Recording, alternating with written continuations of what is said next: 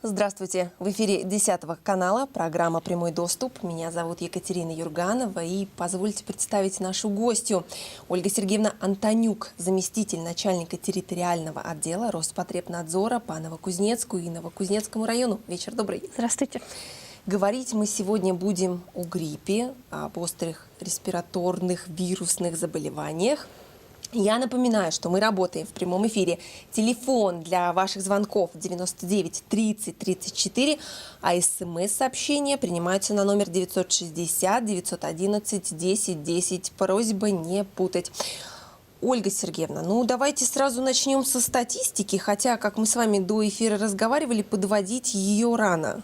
Да, действительно, в связи с тем, что у нас единственная полная неделя текущего года, уже нового года, 2019, она была каникулярной, и люди много отдыхали дети, то, конечно, заболеваемость на первой неделе нового 2019 года, она гораздо ниже, чем на всех неделях декабря 2018.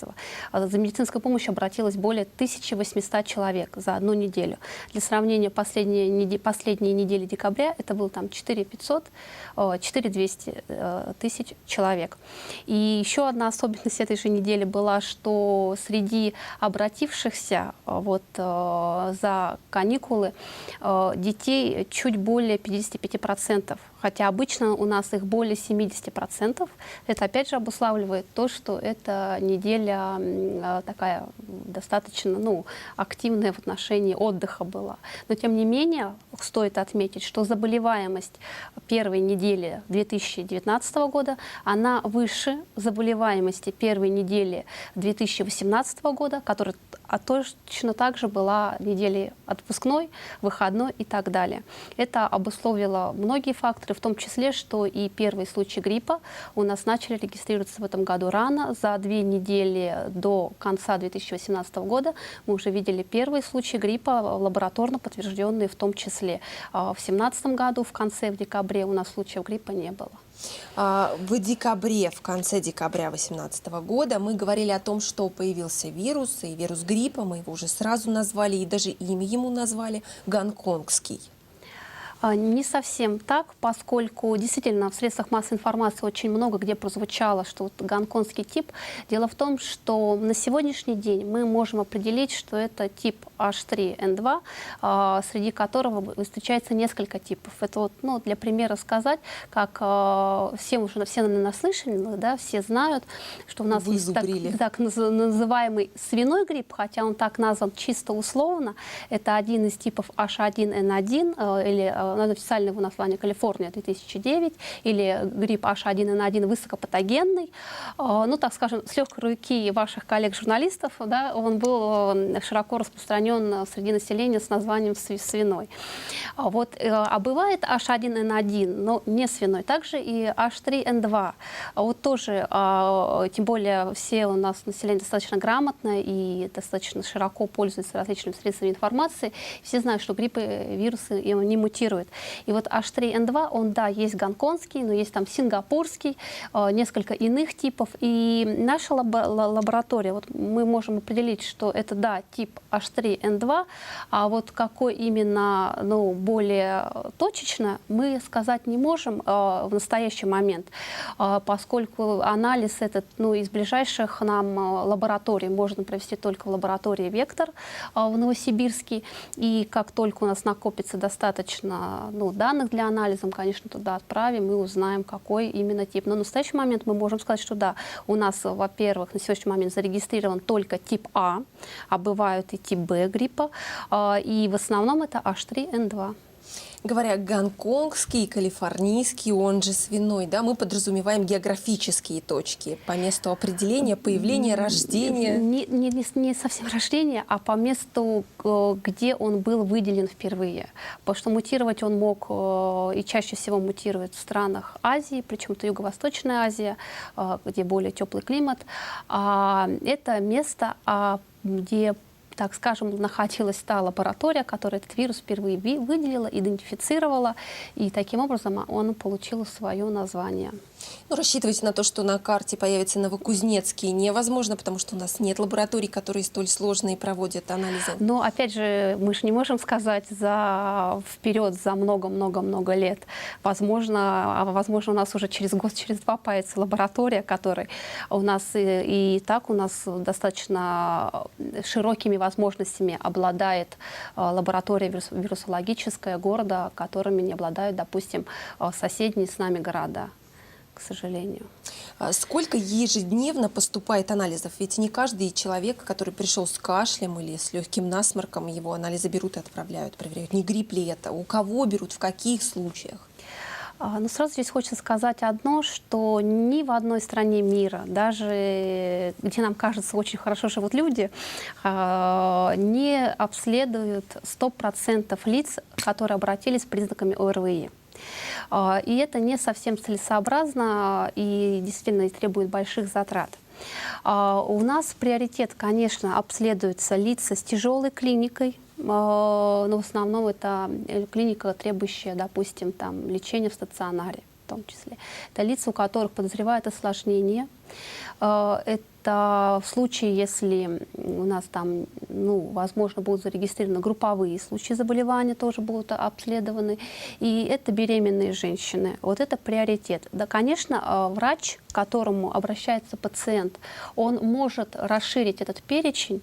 Да, вот, допустим, пришел или ребенок маленький, да, вроде бы клиника и... Но, опять же, маме всегда кажется, что... Это некая интуиция врача, получается? Не то, что интуиция. Это вот помимо показаний там четких, это в том числе там и маленький возраст, да, может быть. И потом это может быть, наоборот, пожилой возраст, да, с точки зрения, чтобы исключить.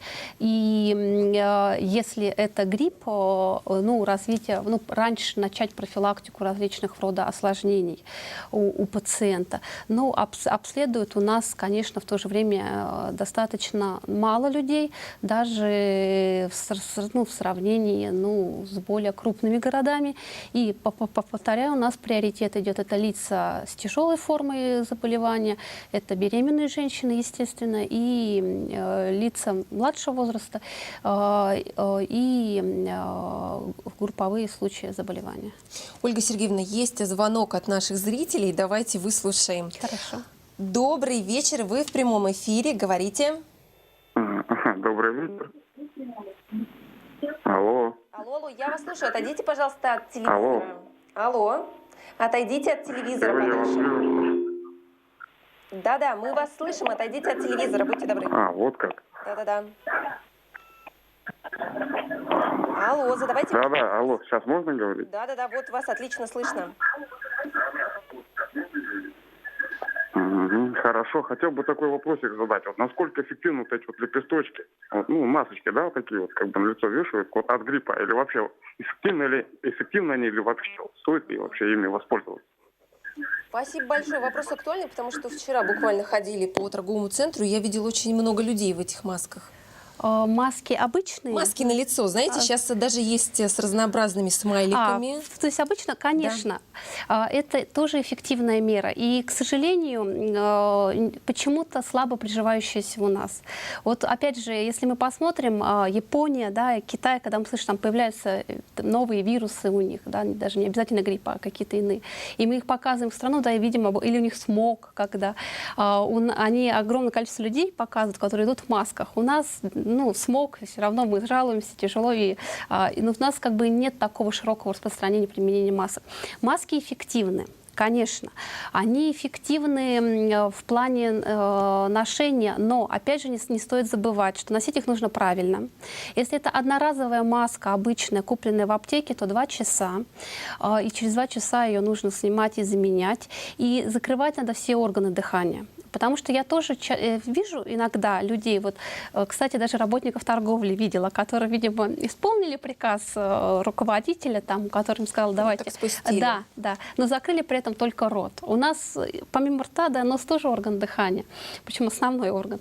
И поэтому закрывать, конечно, надо все органы дыхания, и рот, и нос. Поэтому если мы ее правильно используем, то, конечно, мы... Или, знаете, тоже картину наблюдала, когда человек идет в маске, а начинает говорить, поднимает маску. Если мы правильно ее используем, то, конечно, это эффективная мера защиты от респираторных различных вирусов. 2 часа маску меняем обязательно. Да. Опять же, стоит подчеркнуть. Если развеивать мифы, то все-таки вирусы гриппа, простудные заболевания, они все-таки передаются у нас воздушно-капельным путем, а не по апельсинам, мандаринам, бананам и прочее. Да, действительно, это аэрозольные вирусы. Они передаются воздушно-капельным путем. Их очень много, их более 200, которые могут клинику респираторных заболеваний вызывать у человека. Один из них грипп, наиболее опасный. Но механизм для них это воздушно-капельный. Да, вирус может сохраняться на предметах окружающей среды. Почему вот мы всегда говорим в плане профилактики, проветривания, влажная уборка, что это очень-очень важно, соблюдение правил личной гигиены, потому что вирус сохраняется, но сохраняется он на поверхностях, да? И если, опять же, мы моем руки, правильно соблюдаем правила личной гигиены. Если мы убираем, влажную уборку проводим, то когда человек болеет, очень важно влажную уборку проводить, кстати, и проветриваем, то это снижает риск контаминации, нахождения вируса на окружающих предметов. Очень важно. Опять же, вот автотранспорт, да, поручни, ручки входные, там различные учреждения, ручки тележек в крупных торговых сетях. Это как раз то, что контактирует с руками с нашими. Опять же, с руками мы можем, человек болеющих, да, за счет там, нос вытер, если он руками, да, вирус на руки, потом на окружающих предметах, потом с этих окружающих предметов другой человек. Но опять же, другой человек со своими руками, поднеся к лицу, да, он это должен вдохнуть. Именно с вот этих позиций. А так это респираторный вирус, это аэрозольный вирус, который передается, конечно, в основном воздушно-капельным путем. Как человек из советской эпохи, меня учили чихать, закрывая нос, рот, а это, оказывается, неправильно. Да, смотря как закрывать. Действительно, то, что вот у нас у всех, наверное, в инстинкте, когда хочется чихнуть или когда мы кашляем, мы хотим закрыться ладонью, да, или 2 ладонями. Это, да, это категорически неправильно, это не гигиенично таким образом поступать. Чихать надо, кашлять или в платок, и если платка нету, то в сгиб локтя. Поскольку, опять же, рука — это то, что у нас потом будет все контактировать с окружающими предметами, а с этими предметами будут контактировать с другими людьми. И вот опять же, если возвращаться к правилам личной гигиены, одно из самых главных правил — это вот первое действие, мы приходим домой, да, где бы мы ни были, там, в магазин на 5 минут спустились, или мы ехали в транспорте достаточно долго. Первое действие — сняли верхнюю одежду, второе действие — моем руки. Моем руки, потом уже сделали какие-то домашние дела. И да, это опять же, чтобы вот с поверхности рук возможные вирусы смыть. Кстати, нос тоже очень эффективно мыть. Ага. Вот, особенно в данный период подъема заболеваемости. Эффективны ли народные средства? Можно ими заменить противовирусные препараты? Интересуются наши зрители. Народных средств, смотря какие народные средства. Да? Если мы будем говорить о фитонцидах, чеснок, вот самый распространенный. Да, это фитонциды. Чеснок, лук, хрен, это все фитонциды. То есть это вещества, которые, да, помогают нам и убить вирус, и бороться с вирусами. Витамин С. Очень эффективный витамин в плане борьбы, опять же, и повышения нашего иммунитета, и в борьбе с вирусами. И причем витамин С у его много в продуктах, в тех же народных, да, будем так говорить. Тоже глубокое заблуждение, что витамина С больше всего в лимоне. Это неправда. Витамина С больше всего в квашеной капусте. Витамина С много в болгарском перце, много в шиповнике, много в клюкве, малине. То есть вот такие вот достаточно привычные нам продукты, они на самом деле являются достаточно ценными по содержанию вот различного рода витаминов.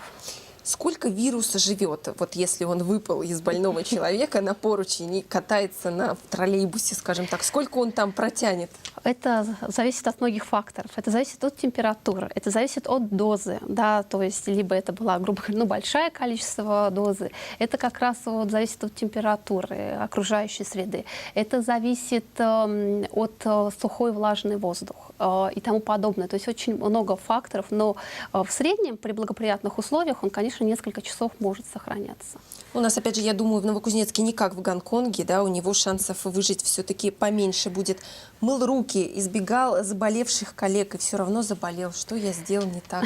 Видимо, кто-то пошел на больничный и очень расстроен. Да, конечно, мы сочувствую очень. Конечно, вот, кстати, про больничный лист немножко остановились. Очень хорошо, что человек пошел на больничный лист и не подверг риску заражения. Все-таки где-то с вирусом встретился.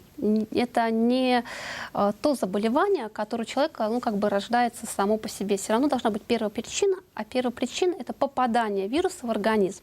Значит, вирус в организм все равно попал. Попал он откуда? Это могла быть случайная встреча, доли секундов, буквально там в транспорте. Не обязательно человек должен был кашлянуть в лицо, да, или там как-то иначе выделить, видимо. Да. Это может просто был случайный контакт вход-выхода из магазина и тому подобное. То есть, ну, в любом случае контакт произошел. Он мог быть очень-очень мимолетным. У нас есть звонок, давайте выслушаем. Добрый вечер, вы в прямом эфире, слушаем вас. Здравствуйте.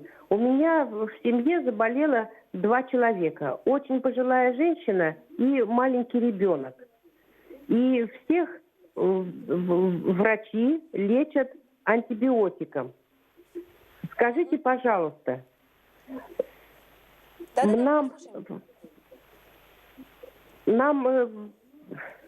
ой, я прям это...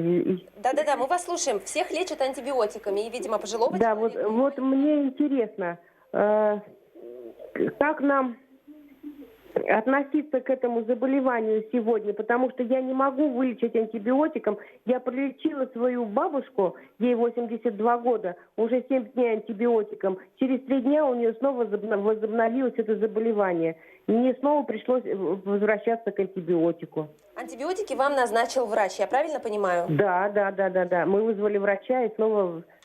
Да. Все понятно. Большое спасибо за звонок. Вот эта вот история про лечение антибиотиками все подряд, она вот тоже, кстати, звучит Дело очень в том, часто. что здесь, видите, здесь очень трудно судить, как бы, поскольку мы с вами больного не видели, да, и если врач был, и врач назначил данное лечение, то у него, наверное, были для этого основания.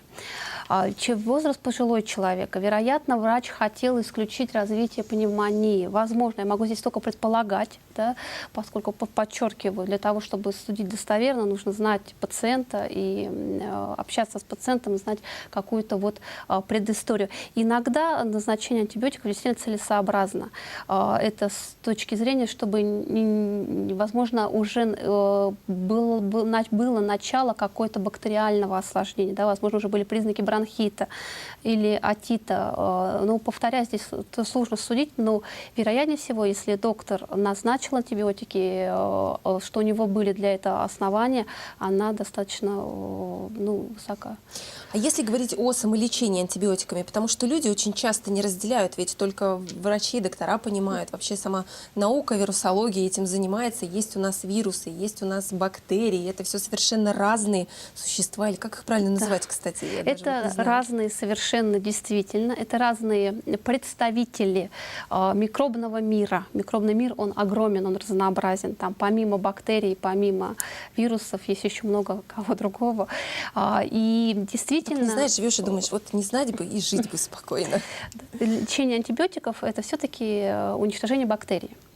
Все-таки вирусы, но я подчеркиваю, да, что иногда при тяжелом течении даже вирусных инфекций антибиотики назначаются с целью, чтобы не присоединилась бактериальная флора, чем не навредила еще больше болеющему человеку. Но заниматься самолечением категорически нельзя.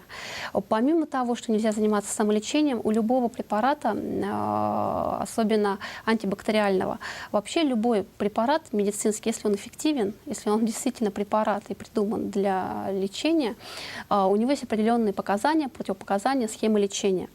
И очень часто человек, или назначив сам себе антибиотик, или даже его назначил врач антибиотик, он пролечится, там, выпьет 3 дня, допустим, и ему раз стало легче. И человек может, ладно, и перестану пить. Что я буду пить, не стало хорошо. Это тоже категорически неправильно. Если назначена схема лечения, она существует, ее нужно закончить, данную схему лечения. Ну и, конечно, ни в коем случае не заниматься самолечением, поскольку это может привести к достаточно плачевным последствиям. В общем, обращайтесь к врачу и обязательно следуйте всем его указаниям. Раз уж мы начали с вами говорить о осложнениях, давайте затронем такую тему. Очень часто можно увидеть такую табличку, да, отличие простуды и гриппа. И вот в самом низу как раз осложнения, то, что у простуды их так мало, а у гриппа там огромный-огромный перечень. Это и легочный, и сердце, и, в общем, собственно говоря, весь организм под угрозой. Дело в том, что, как я уже говорила, что очень много возбудителей инфекций, которые вызывают вот как раз респираторные инфекции, их более 200 описано. Один из них грипп, который считается наиболее тяжелым заболеванием с наиболее тяжелой клиникой и наиболее вероятным развитием осложнений. Но в то же время хочется подчеркнуть, что достоверно на 100% это можно подтвердить только с помощью лабораторного анализа. Когда человека действительно обследовали, да, увидели вирус гриппа, вот это 100%. Да, есть признаки у гриппа, что, так скажем, вероятнее человек болеет именно гриппом, поскольку все-таки при гриппе более тяжелое заболевание, это всегда острое начало, а буквально утром еще человек может там петь, танцевать, а к вечеру он будет уже полностью разбит. Это всегда высокая температура выше 38,5, то есть 39-40 градусов. Вот эта температура характерная для гриппа. Это так называемые общетоксические симптомы, то есть как бы страдает весь организм, всему организму плохо. Вот не нос там заложило, нечем дышать, а вот весь организм, то есть колоссальная слабость, это миалгия, боль в мышцах, усталость. Вот когда человеку постоянно хочется лечь, да, отдыхать, ему не хочется никак физически трудиться.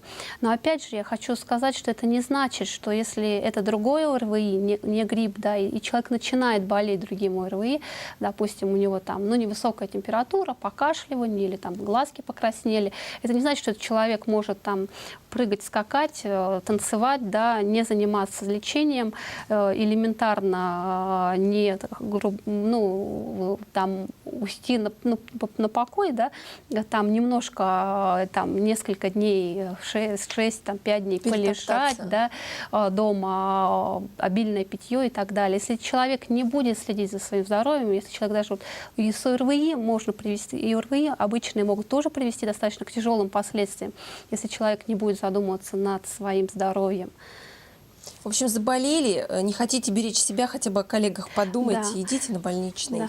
И опять же, вот, ситуации бывают разные, да, это понятно, что у каждого, и, возможно, есть определенные действия, которые нужно обязательно человеку выполнить. Но если уже человек заболел, и человеку нужно посетить какое-то место, поехать туда на общественном транспорте, то, конечно, одеть надо маску.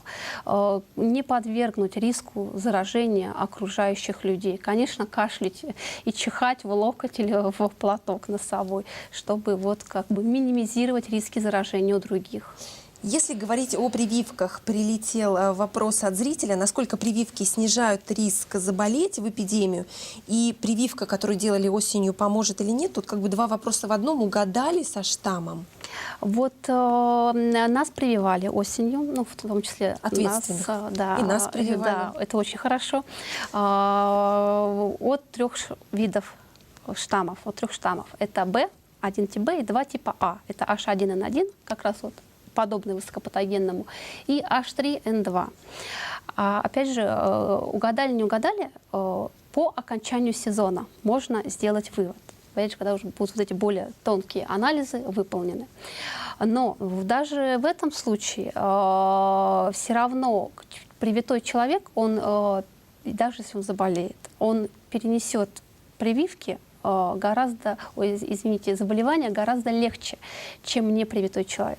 Более того, вот всегда тоже один из фактов, уже многолетний факт, так можно сказать, подтвержденный, что вот как раз появление высокопатогенного штамма, вот этого свиного, это являлось до вот текущего года, включая 17-й, первой причиной смерти лиц, погибших от гриппа. В России, в мире, даже в те года, когда он не преобладал в циркуляции, все равно среди лиц погибших было больше от этого штамма, чем от других. И вот как раз от вот этого высокопатогенного вакцина нас защищает. То есть прежде всего это не развитие осложнений, это не развитие тяжелых форм и, не дай бог, которые могут закончиться летальным исходом. Вирусы и бактерии держат вас и нас в постоянном тонусе, потому что их становится не больше, они становятся другими, они мутируют. У них появляются дети, детей, как это назвать, я не знаю, к сожалению. Действительно, человечество не стоит на месте, да, и какие-то инфекции мы сегодня встречаем редко, которые недавно были достаточно у нас распространены. Каких-то инфекций, наоборот, становится больше.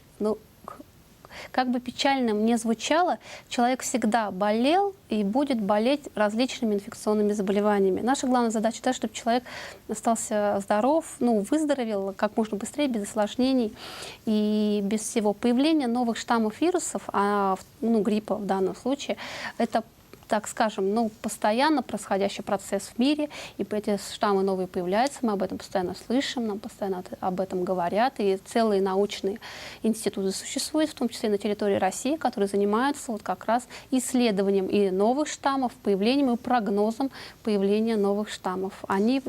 Это процесс постоянный. Как мы растем, да, меняемся, так и вирусы тоже меняются. Как часто вообще новости о новичках к вам поступают? Ежедневно, ежемесячно? Нет, не ежедневно и не ежемесячно. Это мутация, это все-таки более длительный, более сложный процесс, да, это многолетний процесс появления новых штаммов вируса. Просто сначала как бы их очень-очень мало, и они мало распространены, а потом они начинают широко распространяться. У нас сегодня население очень активно, очень, так скажем, миграционно активно, так называемая маятниковая миграция. Да, это когда человек уехал. И за счет этого, конечно, контакты и с другими странами, они стали гораздо ближе. Если говорить вкратце о профилактике, вот прилетел вопрос от зрителя. Как узнать информацию Так, это немножко не о том. Если говорить о профилактике, прививки уже прошел период у нас наш замечательный, пора уже думать немного о других видах. Буквально вот минута осталась. Да, действительно, вакцинироваться в настоящий момент не только не надо, но еще и вредно уже вот в периоды подъема заболеваемости. Это соблюдение правил личной гигиены, о чем мы говорили. Это ношение масок все-таки в местах массового скопления людей, особенно вот если, когда все равно у нас будет порог превышен, мы все равно это, скажем, через средства массовой информации будет объявлено о том, что порог превышен, и уже на тот момент нужно будет, конечно, задуматься на том, и маски носить, посещая места массового скопления. При появлении первых признаков заболевания обязательно обращаться за медицинской помощью. Употребление продуктов, богатых витамином С, продуктов, богатых содержанием С, побольше бывать на воздухе, гулять, дышать, заниматься физкультурой в рамках удовольствия своего. Опять же, и закаливание только для тех лиц, которых эта система. Если мы лица, не привыкшие к данному методу профилактики, то, конечно, вместо пользы, выйдя сегодня на улицу и обкатив себя ведром, конечно, мы нанесем, скорее всего, вред себе. И позитивный настрой. Потихоньку можно начинать закаливаться всегда. Вот буквально сегодня днем можете посмотреть на нашем сайте. У нас был профессиональный моржчик, который ныряет в прорубь, секреты от него. А на этом мы заканчиваем. Большое спасибо вам, что пришли к нам сегодня. Спасибо, до свидания. До свидания. Удачи и до встречи в эфире 10 канала.